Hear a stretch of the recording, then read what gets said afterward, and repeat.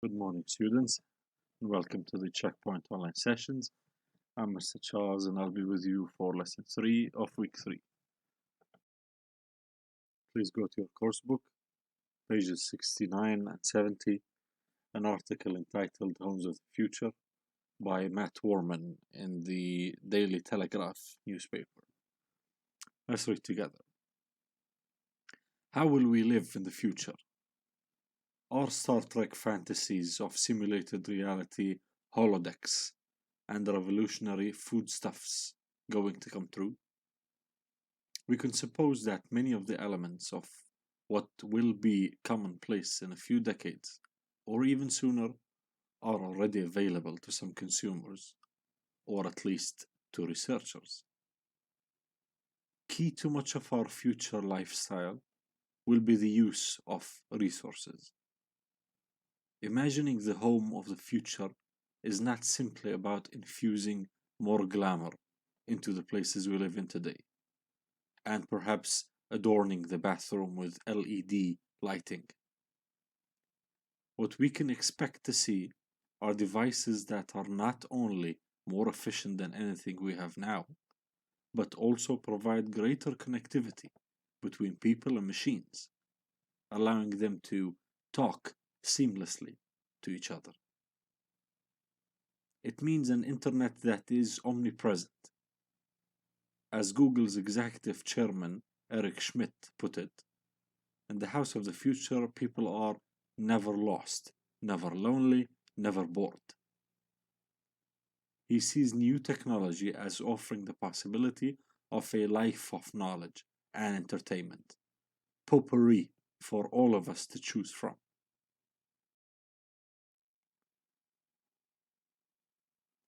What would a visitor from the present day notice about the front drive of any house in 2020? If certain electronics companies have their way, it could be the charging plates for your electric vehicle. While wishful thinkers might say a glorified version of Skype video calling will make personalized transport redundant, the motor car is surely here to stay for a good while yet. Companies will still be around offering clever modules for sharing cars, renting them, and even turning them into automated taxis. Houses in smaller spaces will have had car turntables installed. And, of course, every lawn mower will be an autonomous robo mower. Inside the house, the kitchen of the future is set to live up to the idea of eliminating tedious shopping.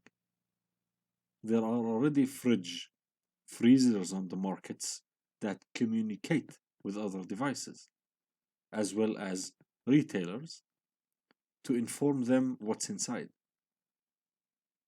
Via a screen on the door, they can suggest what you might be able to cook with the food that you have in the house, while providing advertisers with opportunities to recommend products. Some shops are already encouraging devices that automatically build up a shopping list and allow you to arrange one-touch delivery.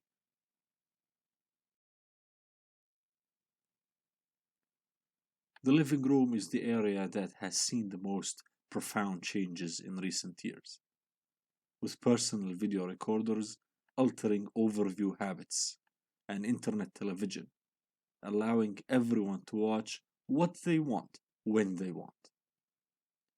And with games consoles and smart TV a fixture in many houses, the idea of interacting with the television set is now established. Users of electronic games will already be familiar with the idea of just speaking to or waving at the television to make it do certain things. The idea is that rather than haunting around for the remote control, users can simply say pause, or just wave, or even use a facial expression to be able to browse through a list of programs. All of this is likely to be in an environment where everything, from thermostats to digital picture frames is controlled by tablets or mobile phones. And such a high level of connectivity, much of it automated, should be smoothed out or should smooth out the tedium of managing a lot of gadgets. In the latest housing developments, the ubiquitous connectivity is built into the fabric of the building itself. Difficult vocabulary. Holodecks. This is first introduced in the Star Trek or Star Wars episodes, and it is basically a room that has a hologram.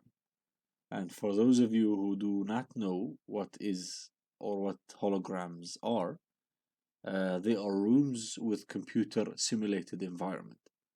So it's an upgrade of 3D, if you may think of it. Adorning, decorating. In this context, it means beautifying, making it more beautiful. Omnipresent, we will talk about the prefix omni in a second, but omnipresent, it means he or it, the thing or the person that exists everywhere at the same time. Omnipresent is referred to, or God, Almighty God, is referred to as omnipresent. He's present everywhere, every time, or at the same time. With the technology of the internet, that is aimed to be, it's aimed to be omnipresent. That is, it exists everywhere at the same time. Potpourri, it's a bowl of nice smelling mixture of flowers. That decorates houses nowadays. Glorified, honorable. Redundant, unessential, unnecessary. Tedious, boring.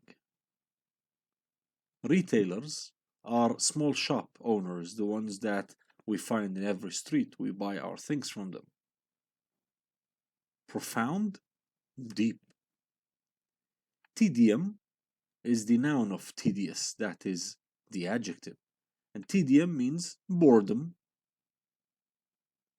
Ubiquitous, it's the same as omnipresent, that is, everywhere exists at the same time.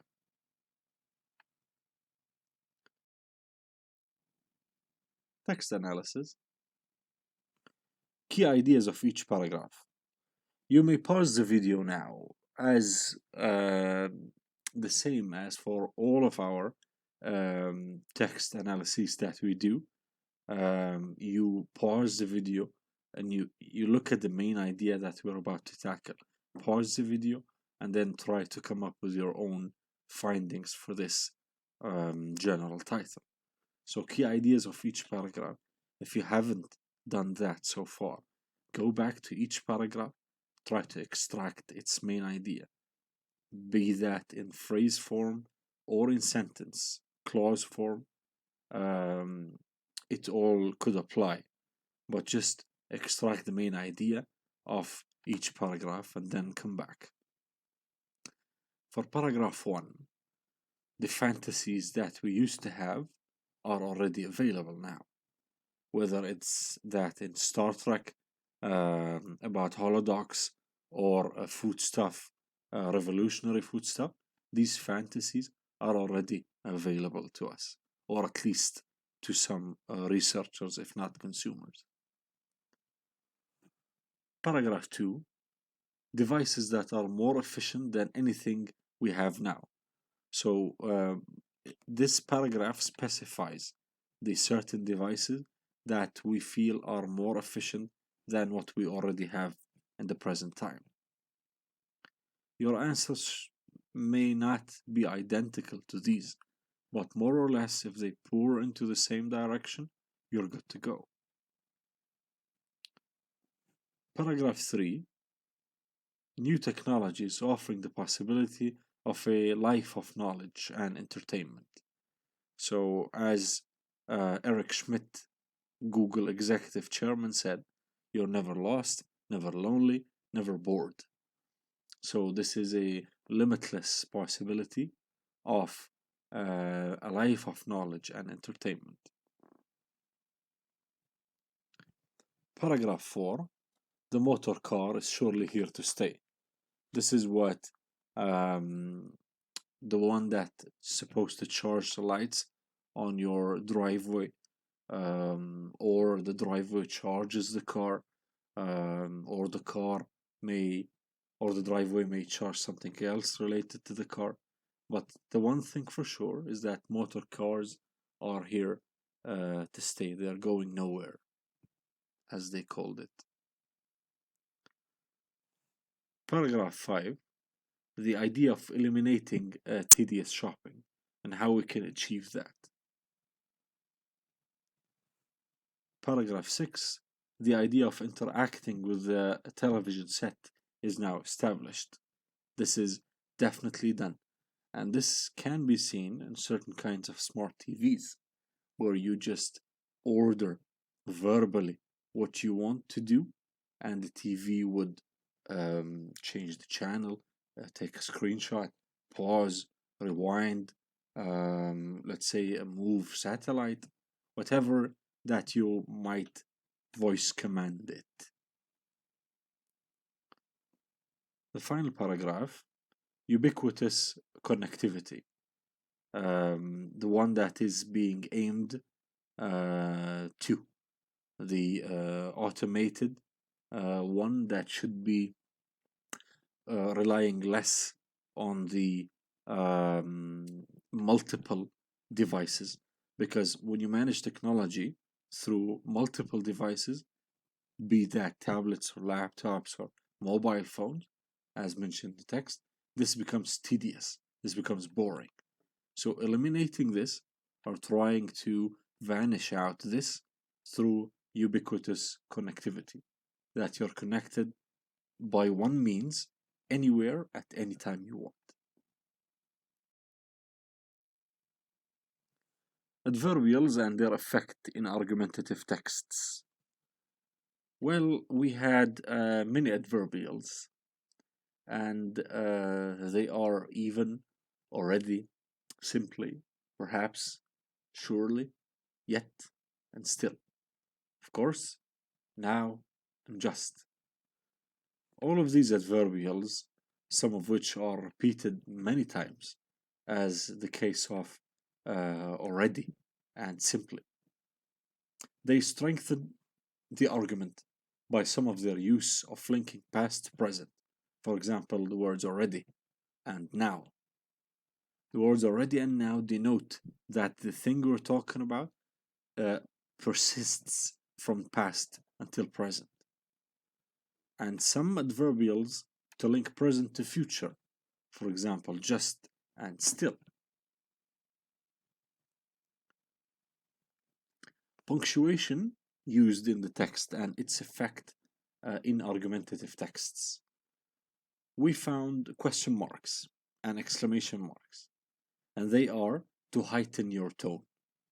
For example, for paragraph, I think, 5, at the end, where the writer says, every lawnmower will become an autonomous robo mower, and then puts an exclamation mark to heighten the tone while you're reading it. This has a larger effect on you. Dashes used to provide extra information, the typical job of a dash. Colons to introduce a list of examples, as well, the typical job of a colon. And inverted commas.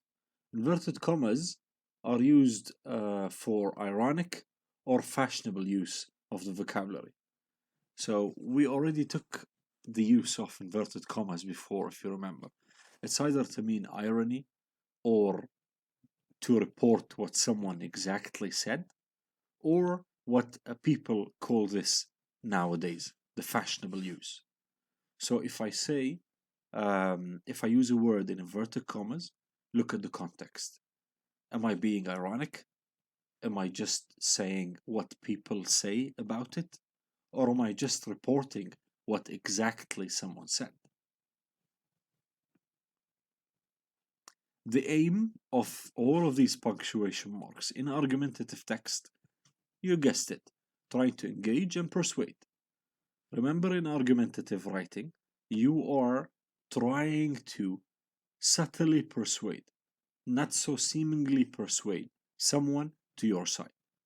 Although you're supposedly arguing between 2 points, but we agreed that you introduce the counterpoint first in a relatively short amount, and then you move to your point and you support it more forcefully. So you're trying to persuade in one way or another your audience to believe in certain truths you want.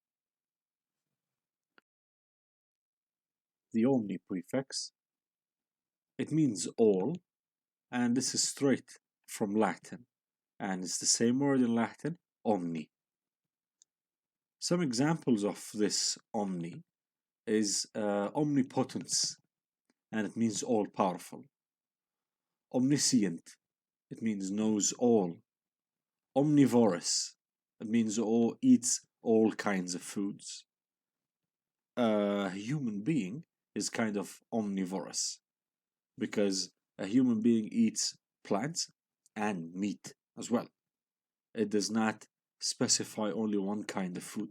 Its stomach or digestive system is prepared to eat both, and its own will as well, a human's own will, is to eat all kinds of foods. The picture of Homer Simpson is not to promote eating all types of foods. We should take into consideration many factors, one of which is the environment, and another factor is your own health and your own system of digestion. Moderate. Try to be as moderate with food as you can. The structure will have plus V3. We call the structure future perfect. And it is used to state when at a specific time in the future, something will be completed. So basically, you start doing something in the present or it began in the past. Doesn't make any difference. But the thing that you want to say is that in the future, at this specific time, it will be completed. When you want to use this idea, use the form of future perfect. Will have V3. An example of this is for you to say tomorrow at 9 o'clock, we will have finished the English lesson. It doesn't matter if you started today. It doesn't matter if you started yesterday and you still continue until now. Or you start tomorrow at 8 o'clock, for example, and finish at 9. All that matters is the other end of the rope. That is, when will you finish? If you know for sure when you will finish, then use future perfect. Will have plus V3. Plot twist endings. What are those? A normal plot ending is the one that you would expect from that genre: action, comedy, romance, etc., or the direction of events, how events are going. You could expect how it's going to end. But a plot twist ending includes the use of the unexpected, often ironic reveal. For example, the story that we read, The Prisoner, where all of the story, or let's say 90% of the story, was leading towards us believing that this is a prisoner. From the title itself, that this is a person locked, this is a person interrogated, this is a person someone is trying to extract information forcibly from. But at the end, there's a plot twist that he's just in an exam hall. He's being examined at school. However, for the plot twist ending to be achieved, there must be a hint for it before. minor clues must be left around in the story, which would leave readers questioning their expectations. So we start the story and we proceed with 100% belief that this is about a prison. And then we see words like knowledge and group psi.